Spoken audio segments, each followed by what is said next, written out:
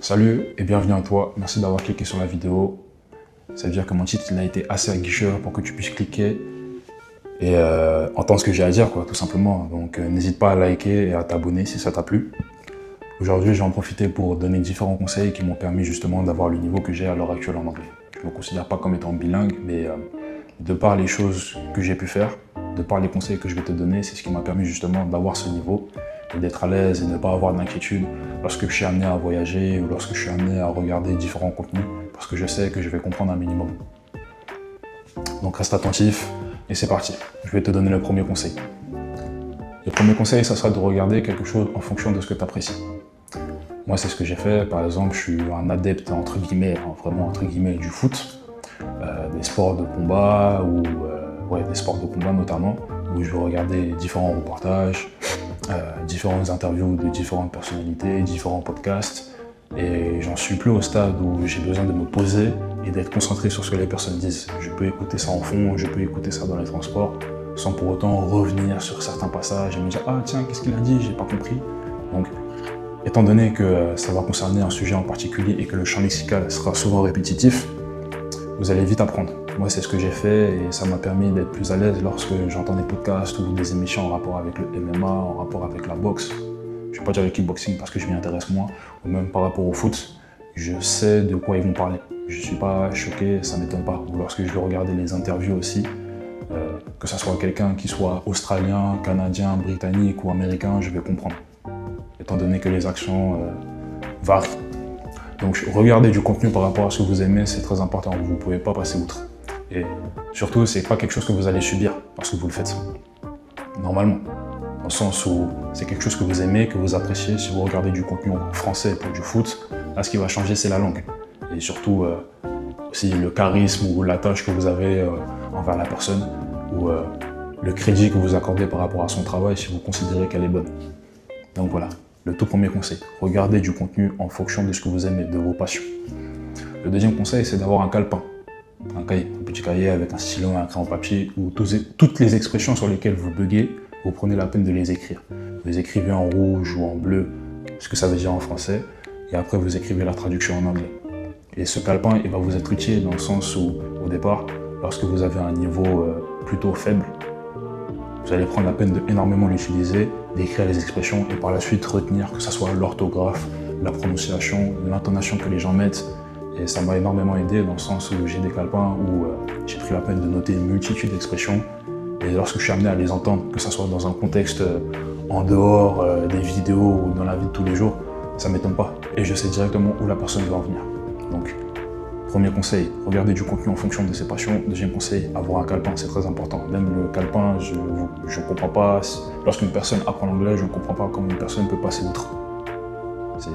Il faut prendre un calepin, il faut prendre la peine de noter.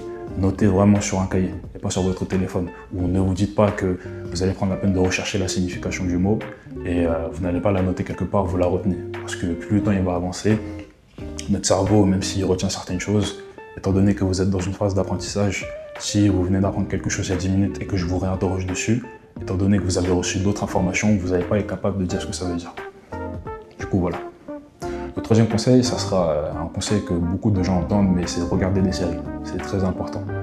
Même si moi, je ne suis pas un adepte des séries, la plupart des séries où j'ai été amené à améliorer mon niveau d'anglais et à comprendre les choses, en gros, au début de la série et à la fin de la série, c'était plus la même chose.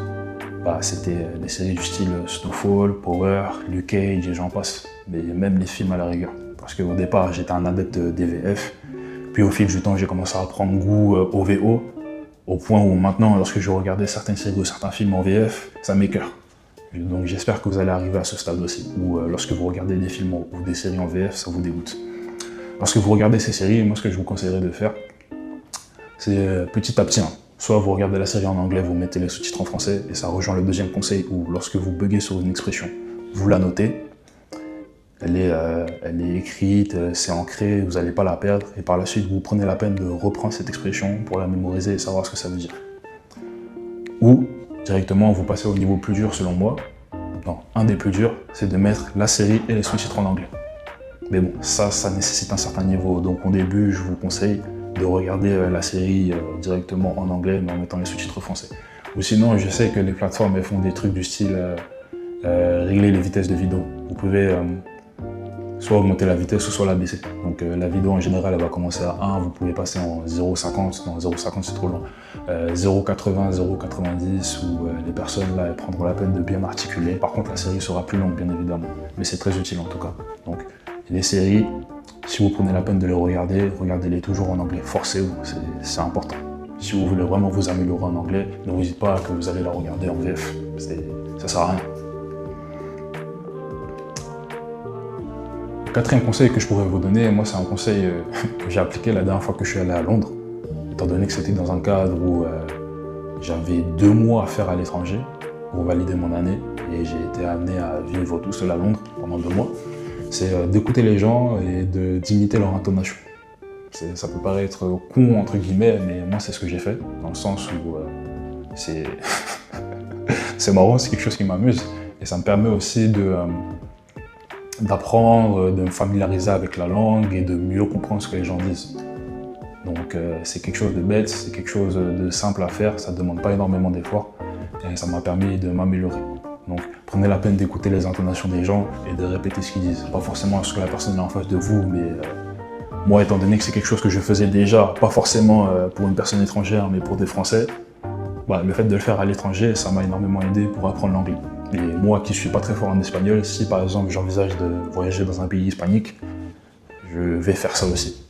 Donc prenez la peine d'être attentif, d'écouter ce qu'ils disent et de le répéter dans votre tête ou de le répéter, de le marmonner, vous m'avez compris quoi. Et le 5e et dernier conseil que je pourrais vous donner justement, c'est de ne pas avoir peur de faire des erreurs.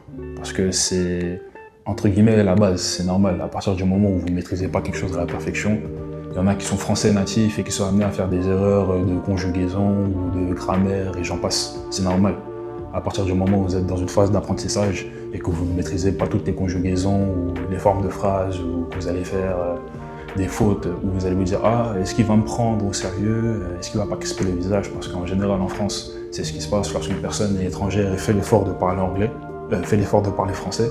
Mais je trouve que en général, à l'inverse, les étrangers sont beaucoup plus ouverts et vont apprécier le fait de voir quelqu'un faire des efforts. Donc, parlez comme si de rien n'était, ne vous prenez pas la tête et si vous êtes dans une démarche où vous voulez apprendre, n'hésitez pas aussi à demander à la personne votre niveau d'anglais ou les choses sur lesquelles vous pourrez vous améliorer. Parce que la meilleure manière de s'améliorer justement, c'est en faisant des fautes, c'est en parlant, en n'ayant pas peur.